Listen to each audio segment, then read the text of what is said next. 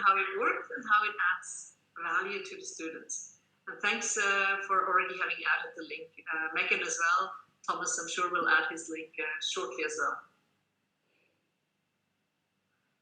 Great. So, Wikirate as an organization, we've built an open data platform, as I mentioned at the beginning, seeing that the information that is available on company sustainability performance is very kind of disparate and difficult to find. And as well, the primary model for accessing this data is through paywalls, basically. So it's really only accessible to a small group of stakeholders.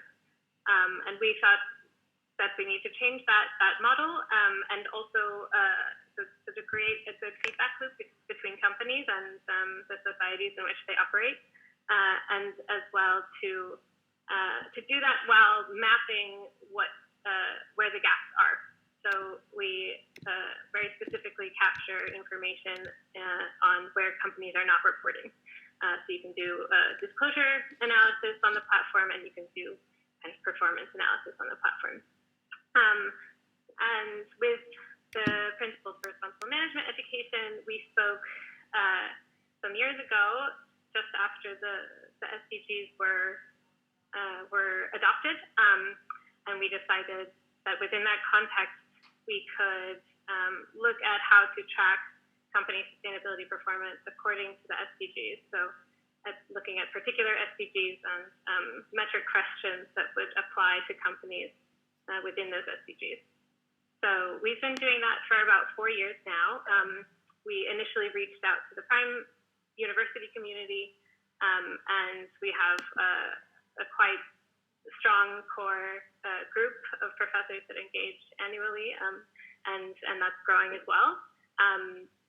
So, for example, just to give an example of kind of what the students are doing, is we have, actually this is not a prime university, but AY Women's University in South Korea. Some students this semester are looking at, they're working in groups and looking at companies in the food and beverage sector and in the auto industry, and they're looking at SDG 5, gender equality, and SDG 12, responsible consumption and production. And these course modules are kind of, Wikirate is incredibly flexible, and we've mapped, or we've used other mappings of metrics to the SDGs to be able to set up courses, or to set up modules that fit to, the course learning outcomes and that sort of thing. So they're really kind of tailored to what the professor is looking for. Do they want to introduce students to the SDGs in general, or do you want to look into environmental issues, social issues, that kind of thing? So you can be flexible that way. Another example, one of the core universities that's been part of this from the beginning is the University of Wollongong in Australia, and their students this semester are looking at top apparel companies, and they're looking at climate and environmental performance of those companies. So that's SDG 13. And those professors have actually been leading in terms of organizing other university professors, other prime university professors in developing research publications around the project. So that's resulted in, I think, 8 to 10 publications since 2018. And I think that today there was a blog that came out because one of their papers received an award a couple of months ago. So I can also send that link around because it gives some context to, I think, the more research perspective on how they look at integrating this into classrooms and that sort of thing. So initially, we thought of this as something that could help institutions like Global Compact and others that were looking at how to track company performance.